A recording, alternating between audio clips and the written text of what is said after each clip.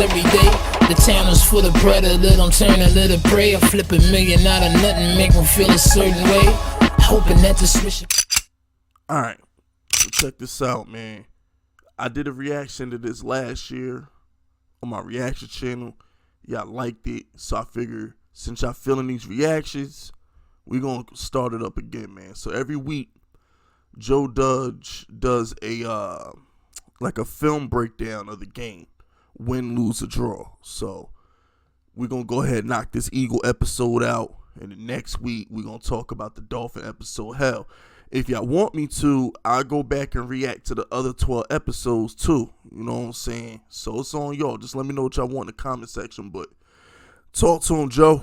Now it is time to welcome in the head coach of the New York Giants, Joe Judge, here on the Joe Judge Report presented by Stop and Shop, as we're going to look back at some key plays in the Giants win. And Coach, 3-0, third quarter, and then you get your touchdown, and it's to an unlikely source, 2 weeks in a row. But Chris Myrick, who you needed up because Caden Smith was down, Kyle Rudolph was down, makes a big play for you. Yeah, Mark's done a good job for us working throughout the year, being ready when his number's been called. And had him up for a few games, and this was just part of the plan going in there and talking about how we wanted to play in the red area to finish drives.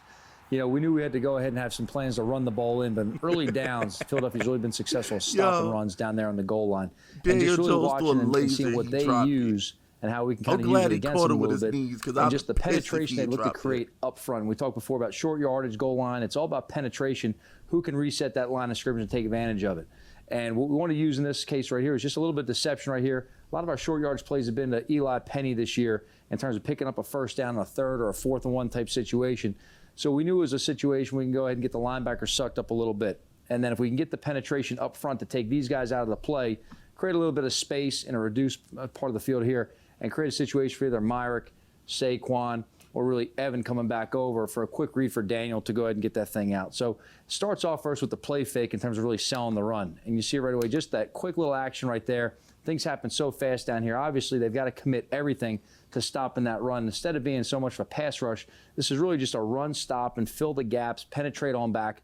And now you've really essentially taken this part of the field and made it kind of 7-on-7 like you play with the pass game and really created just the space leaking on out and remove these guys as being a factor from the play right there. So that low red area play action in terms of really taking away a strength of the team, and making them play in space how you want to play right there. So good job here, Daniel, selling the fake and then looks on out. Obviously, he sees, all right, with vision, they push out over Saquon right there. His next read brings him inside to Myrick, and you're going to see the high-low combination with Myrick and then Evan. And the fundamental really ties in here. We talk all the time with the quarterbacks about ball placement and how critical it is in certain situations of where you've got to place the ball. So we teach our guys on the goal line, we want the ball low. Reason being, it's either going to be us or nobody catching the ball. When you talk about a low ball, there's a less likelihood of a tip, deflection, or interception that's going to happen in these closed spaces where a lot of contact is going to happen when the ball is hitting the receiver.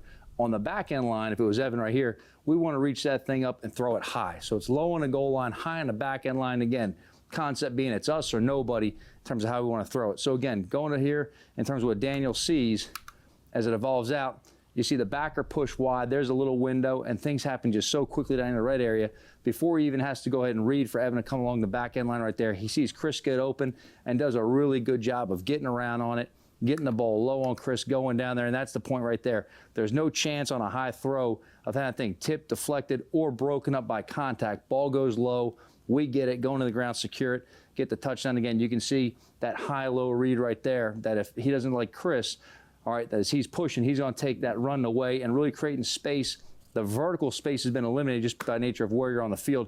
So you got to create that horizontal stretch. So you're running vertically away from, but you're really running sideways to create that stack. So we kind of teach this in terms of if they're running down the sideline, you want to get that corner stacked on your back hip and really separate and stack them vertically down the field. In this instance here, Evan wants to go across and then stack them like he's running down the field, but put him on his back hip where the ball's going to be led away from him into the corner of that end zone with a good high throw. So again, good catch right here by Chris. Does a good job going down there, actually pins between his legs and finishes the catch. All right, but you can see it from the back end again, just how it develops with the spacing on the play. And again, so pause real quick. It shouldn't have had to be this hard. Like, I'm glad Mayock made that catch, but damn, it shouldn't have had to be this hard, man. It should have had to be this hard, bro. Talk about the reduced space down here and how fast everything happens in the right area, especially the low right area, because just how many defenders are in your face right there, looking to go ahead and break on it. And again, off the play fake, really commits this entire part of their defense to it, and now you're creating those one-on-one matchups, okay, with your receivers out in space. And again, you see these tight windows. That's a they're perfect breaking play, right man. away on the throw. If the ball's thrown up high in the face or even the See, look, check this out, Giants fans. I know y'all killed Daniel Jones, but he just executed that play perfectly. Now, if old dude drops that ball and we don't score, y'all gonna blame Danny for this game. This is the only touchdown we scored. And I'm just like, when you watch the film, when you run it back, Daniel Jones would have caught the blame for this. Oh, why couldn't Daniel Jones score? Why didn't we, capitalize in the red zone? But as you can see, this is a perfect play. And he almost dropped it. And I'm just happy for once that unlike Darius Slayton, unlike Evan Ingram in the past, I'm just happy that Mayock made a play. As ugly as it was, thank God he made a play, man. Because this is a beautifully designed play call in the red zone, and it was executed perfectly. So chest, that's just there's always that chance for my that 2 hit. cents. That ball gets deflected, tipped up.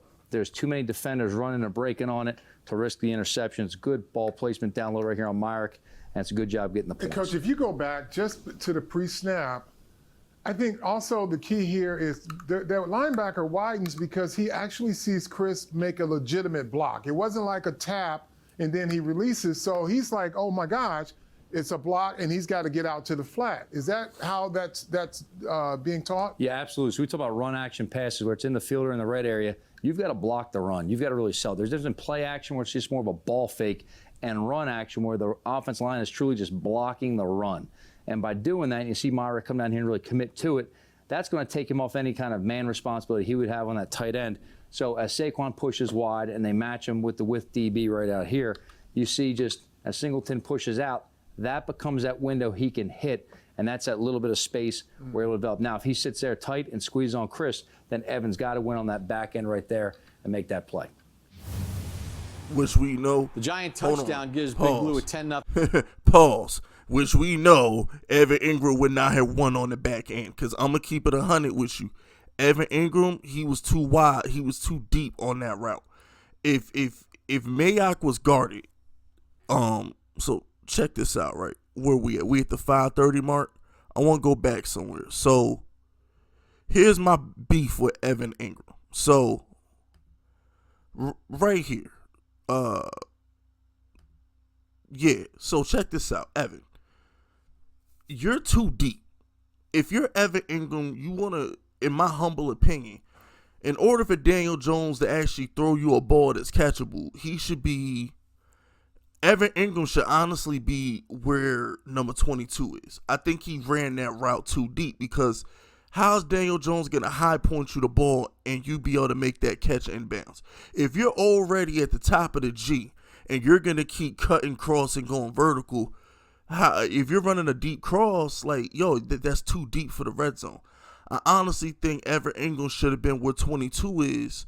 This way, if Mayock is covered, by the time Daniel Jones throws the ball, Daniel Jones can hit the ball at the top of the route, and you have time and you have some space to tiptoe catch it. At the rate Ingram's running, Daniel Jones throws in the ball, he's automatically catching it out of bounds. That's just my 2 cents on the route. I think he got too deep. And I don't think he ran it. I just don't think he ran it hard enough. I mean, 22 was on his ass. He gets no separation. You would think. I don't know. Let me stop nitpicking. I just thank God Mayock was open, because if Mayock wasn't open, God help us. Big Blue a 10-0 lead. Up. Ensuing God kickoff. And, Coach, you're trying to create field position, doing it with your special teams, and your kickoff coverage here was excellent. Yeah, covering kicks has to be a key part of what you do, especially this time of year in the Northeast, because touchbacks really isn't something we're looking to play for anyway, but you're not going to always have a touchback. So the ability to cover every kick and create some field position is big for us right now. Pause. God help you. God help me. I'm about to sit through Joe Judge talking about special teams. You know I love you, all right. Never forget that Big Fist love y'all. I'm about to sit through Joe Judge breaking down a special team play. Nobody cares about special teams, coach. I'm sorry, coach, but it's the truth. We don't care.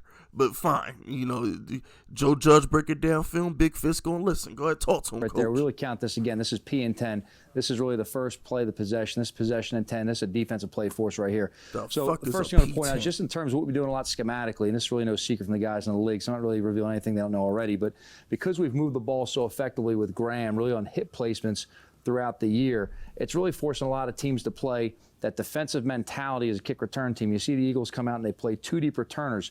And when you get a team in 2 deep returners, what they're really trying to do is play a check with me type of return. All right, meaning if the ball's kicked over here, they'll bring it to the boundary. This returner has to turn to a blocker, and then vice versa.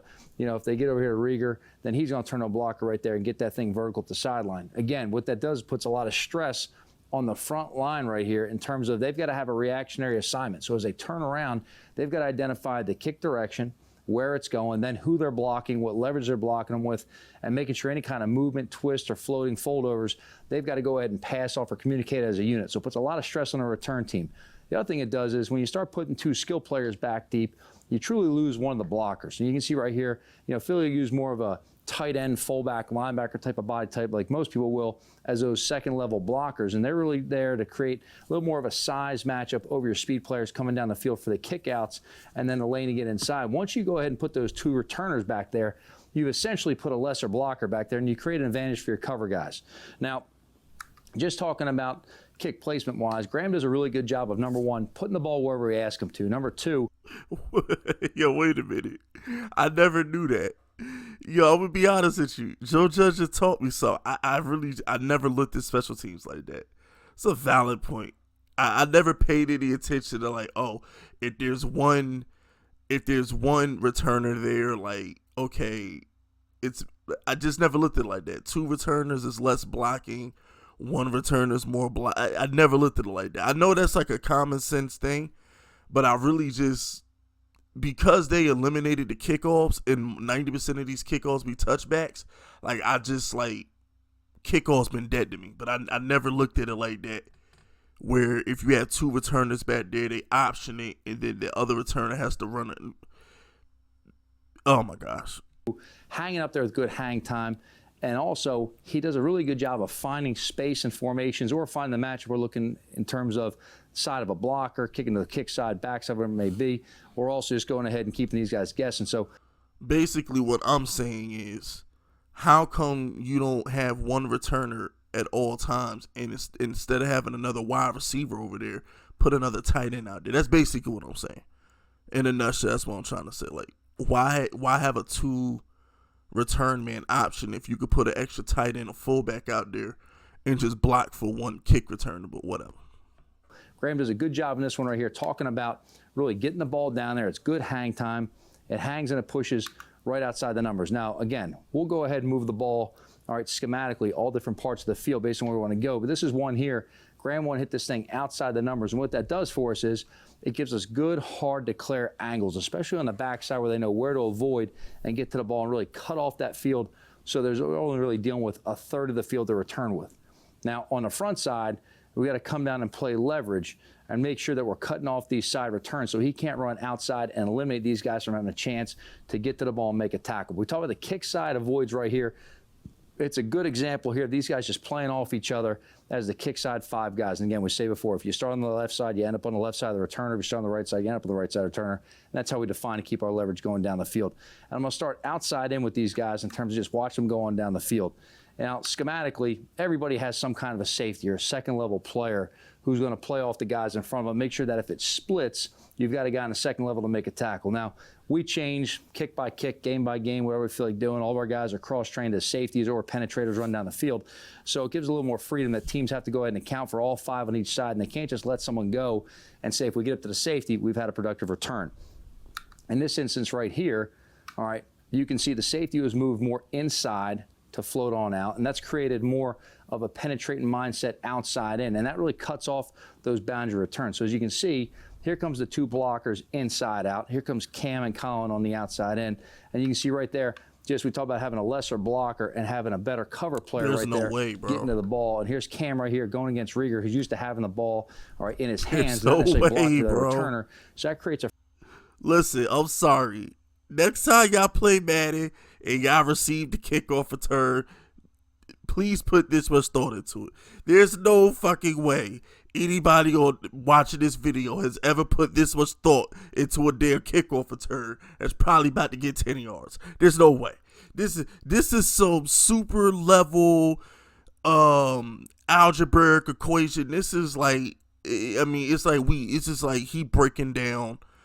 It's like he's breaking down a battlefield right now. It's like, yo, like, this is really like a chess game on special teams. My mind is blown at how much detail he's giving me on a random kick return. My mind is blown. The free runner for us right there, running by a frontline player, and then also the back end is looking to clean it up. And then what we'll talk about all the time is just being on levels. All right, defeat him with contact here. Colin goes down, takes a good shot. Okay, ends up missing a tackle right here. And then you see Penny right here thumping, going hand to hand. All right, here comes Parker right here folding over. So once he makes the first man miss, he's got 1, 2, 3 guys really sitting there waiting, and then the safety scraping over top. There's really nowhere for him to go. All right, Keon's cut off the field. Here comes the field side leverage, closing it off. Graham's scraping over top as an emergency. But we've got the kick side assigned that there's really nowhere to go. So that first man going down there, being aggressive to take his shot, go to make the tackle, make the returner stop his feet and redirect. And there's that net of coverage there behind him right there. And it's a good opportunity for us to put them inside the 20-yard line to start our defense. So the Giants special teams unit pins Philadelphia. Eagles get called for a penalty. So, Coach, it's 1st and 18 from the Eagles' own 9-yard line, and they decide to take a shot, and you guys are ready for it. Yeah, well, you want to go ahead and maintain the field position you create, and the defense does a really good job of not only doing that here, but also creating a turnover. We knew going into this game, this is the turnovers were a McKinney key play. part of it. Philadelphia did a great job. Yes. Break down the McKinney play, Really, Coach. the last 4 games, they're one of the top in the league in terms of producing turnovers and having that edge on opponents. That's something we always stress as a team, is making sure that we don't give the ball away, and when we have opportunities to take it away ourselves. Our defense has been doing a very good job of really being ball hawks in terms of getting balls out of the air and then ripping balls off teams and force fumbles and getting returns. So this was a great example here of really playing together. And what it comes down to really is there's some scheme elements of it, but really Okay, full screening, Coach. just comes down to good fundamentals. All right, by Zay McKinney. There we go. All right. So I did the McKinney mic'd up, and I didn't know what the play was. So this looks like, okay, well, we knew it was man coverage. Now, my whole thing is, what kind of zone is Xavier McKinney playing? They're obviously manned up across the board. There's no way Xavier McKinney is playing over the top because he came from underneath. What the hell play was this? Joe Judge, talk to me. What the hell was this? Because I don't know what the hell Xavier McKinney was doing. All I know is he made the play. Because he wasn't over the top because he came from under, like, what if playing that I deep need to field. know. And again, we talk all the time about the importance of having that deep field safety. And look, ultimately, it's a passing league. You've got to stop the run, but these quarterbacks get paid so much money because they can throw the ball as well as they are. So really, you've got to make sure you always defend the defense from the top down and make sure the ball doesn't get thrown over your head. Zay does a great job for us in the deep part, and this is a good example here of how you can take a play and make it look routine that actually is a game-swinging type of play. Now, up front, again, like everything, we want to make sure we try to keep this quarterback in the pocket, not give him an opportunity to use his legs, get on the edge, and scramble and extend plays. So in terms of the pass rush up front, we'll see this from the side in a second. All right, the rush does a good job right here of making sure they keep him inside. Now, want to make sure we rush to the quarterback and then full back and not run by and give him a chance to run up and have open lanes. One thing that shows up here, and you see it really good from the side, Austin Johnson's doing a nice job for us as he's seeing the double, of making sure in these pass rush lanes that as the other guys are getting penetration, he's actually staying balanced and spying on the quarterback to make sure if he steps up, he can counter back and be disruptive in that situation to stop the run coming up. We don't care about the contain route. Okay, so I was wrong. Xavier McKinney is playing single high. Okay, so this is a typical cover one play. Shout out to Xavier McKinney for automatically double teaming the streak route. So what I'm trying to say is, like, you got Rager on the go route, as you can see. Xavier McKinney, instead of playing the deep middle of the field, he automatically floats directly towards Rhaegar. So what McKinney sees is okay, Devontae's coming up. Devontae goes underneath on a crossing route, which Hurts probably should have took. And then you got the middle of the field. You got Bradbury. I think that's number 24, Bradbury. If whoever the hell is in the slot, if he runs a double move or if he runs a post or if he runs a corner route, Bradbury has that. So what I'm trying to say is it's man on Rager and then it's a zone on and it's a deep zone on Bradbury's part. This is a good play call. It's man on one side, zone on the other. Xavier McKinney knows Bradbury has the other side, so he automatically floats the double team over the top on Rager. This is a beautiful play call. And of course, we've got zone vision with the linebackers who would break on a run right there anyway. But he's doing a really good job not having everybody run by the quarterback and then putting stress on the linebackers to pick my zone depth or run up and stop the quarterback run immediately. Now, pre-snap, there's some good recognition out here, and obviously Jalen does a really good job of commanding this offense. He ends up checking the play on the line of scrimmage, and we're just watching outside. It's going to be a 3-deep defense right here, and just watching A-Rob, okay, on the receiver up top, and he's playing on back right here, good vision, and now he's playing really to squeeze it back to Zay, and he's eliminating the outside play right here that he can keep his eyes on the quarterback and keep it funnel. He does a good job really in this position. Hold on. So you mean to tell me that's a cover 3? You mean to tell me that's a whole cover 3? I tried to be nice to the corner that got toast. How the hell you get toast in an off coverage cover 3? Are you serious? That wasn't man? You mean to tell me you got burnt that bad in a zone? I'd cut your ass. How'd you get burnt that bad in a zone? I'd have benched him. Thank God for Xavier McKinney. So this is a basic cover 3. I should have seen that. I really should have seen that. Of not panicking. See, a lot of corners in the league, when they get in this position, panic. They start reaching out, grabbing, having penalties, and giving free yards. He does a really good job right here. How do you get burnt that bad in a zone? Of trusting his speed up top. All right, putting himself in a trail position, and then as the ball's coming, you see his eyes back and locating it, and it puts him in a position where he can go up and make the pass breakup. Now, the big thing is the angle of departure that Zay takes right here, okay, and does a really good job. It's not just about recognizing that it's a deep pass. It's about recognizing when that ball's coming out of the quarterback's hand, what's the angle you've got to get based on the speed of the receiver and where that ball's trying to meet him at the mesh point. Zay does a really good job. And again, you want to make sure you play with depth over everything. So he knows it can't be too flat a break because the receiver will be by him right here. He really does a good job of taking that deep angle that he can get beyond the ball where it's going to be. And then you actually see him get to this point where he retraces. Instead of playing here down, he can now break earlier, go up. And we talk about high pointing the ball and always catching it at its highest point. Don't give them an opportunity to go up and break it up when you're trying to catch that thing like a basket. He does a good job of securing it with both hands, and then you see immediately he brings it into his body and goes down to the ground right there and secures it. So it's a big play right there, and there's a couple of the guys that made the tackle on the kickoff to put him down there. You know, first ones to celebrate on the sideline, happy for the teammates in the field position they created. Now, as we go to the back view here, you kind of see all the pieces fitting again. You know, it starts up front with the guys getting penetration, disrupting. Obviously, Jalen wants to sit back here, hit his back foot, and then step comfortably into it. Dex is doing a really nice job here of just getting color in his face and penetrating.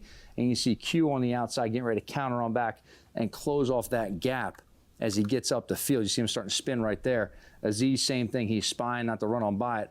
Dex gives the penetration. You see Austin's eyes on Jalen right here doing a nice job over top. And then when Jalen steps into the pass right here, just feeling the presence, and then ultimately it comes down to the fundamentals of the deep field technique right there of Zay going up for the high point. This is a drill they do every day in practice. Jeremy Pruitt, Jerome Henderson get the DBs every day.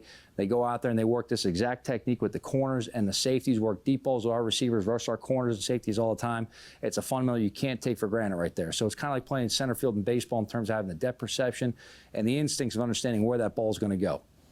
And Coach, the thing about when you said playing like a center fielder, it's also his body's in position, but he's totally relaxed in getting this football. It's not like he's going to go up and attack the ball, but he's actually fielding the ball. 100%. It's about having good hands, but it's also about being poised in that situation. Yeah. And, you know, we jokingly say to these guys a lot of times, it's why you play defense, not offense, you know, but the reality is, you know, these guys got to be very quick react and go up there, make strong catches right there. And they've got to have as good a hands as the receivers to truly be as productive as safeties or corners as they can be. You know, Zay's a guy that has the ability to really do a lot of things for us on the team. He's a guy who's on our hands team. He's a guy that's, you know, been a factor as a possible emergency returner for us at times. So he's a guy that has a very good skill set to work it, but really just that depth perception, the instincts and the angles to track the ball. These are things you look at for players coming out in the draft that are critical factors. You've got to find their ability, especially as a safety. Can they play in a deep part of the field? And that's not as easy as it sounds. Coach, we appreciate the time. Best of luck on Sunday. All right. I appreciate it. I'm sorry. I got a rant on. I got a rant on this play. I'm sorry. So okay, we're in a cover 3. Looks like they're in a 4 wide set. Obviously, it looks Jalen like does a really good job of commanding this offense. He ends up checking the play on the line of scrimmage, and we're just watching outside. It's going to be a lot of corners in the all 22 position where he can go up and make the pass breakup. Okay, now, Eagles, what the hell? All right, so check this out. At the end of the day, go ahead and rant on this real quick. So this dude, if Xavier McKinney, I'm Giants fans, this is just a bad play design. Why would you run one streak on the field? They ran one go route. The Eagles should have had another go route in the middle of the field to distract Xavier McKinney. If you only run one go route, then that he can run over there and lurk it the way he did. That's bad play design. Number 2, Jalen Hurts threw a duck. I don't care what anybody says. That corner is burnt. Jalen Reagor is wide the hell open. If Hurts can get that ball out there, I don't know, extra 10, 15 yards down the field, that might go for 6. Thank God for Xavier McKinney and thank God for bad play design. Because if they run a streak or another go route or if they run a post, if they do anything in the middle of the field instead of this bullshit, if they do anything, then Xavier McKinney has to lurk the middle of the field. But because there's no route in the middle of the field, he automatically cheats towards the go route. He gets an interception. This is bad play design. It's horrible. Now, granted, I'm a Giants fan. I'm glad it's horrible play design, but like, obviously they're either in a cover 1 or cover 3. It's one of the two. One of the two. Hurts. What the hell are you doing? Devontae Smith is wide open. Take it. I know this corner just got beat like good pussy. He don't know what the hell going on. But at the same time, you see Xavier McKinney, as soon as the play starts, Xavier McKinney cheated over to the deep side. Oh my gosh, Hurts, you were so bad. Hurts is so bad. Oh my gosh, Hurts is so bad. But anyway, that's it. That's all. And shout out to Dexter Lawrence for getting some pressure. That beautiful penetration. But anyway, that's it. That's all. Subscribe to the unit. If you rocking with me, my name is Fist Vegas, and I approve this message.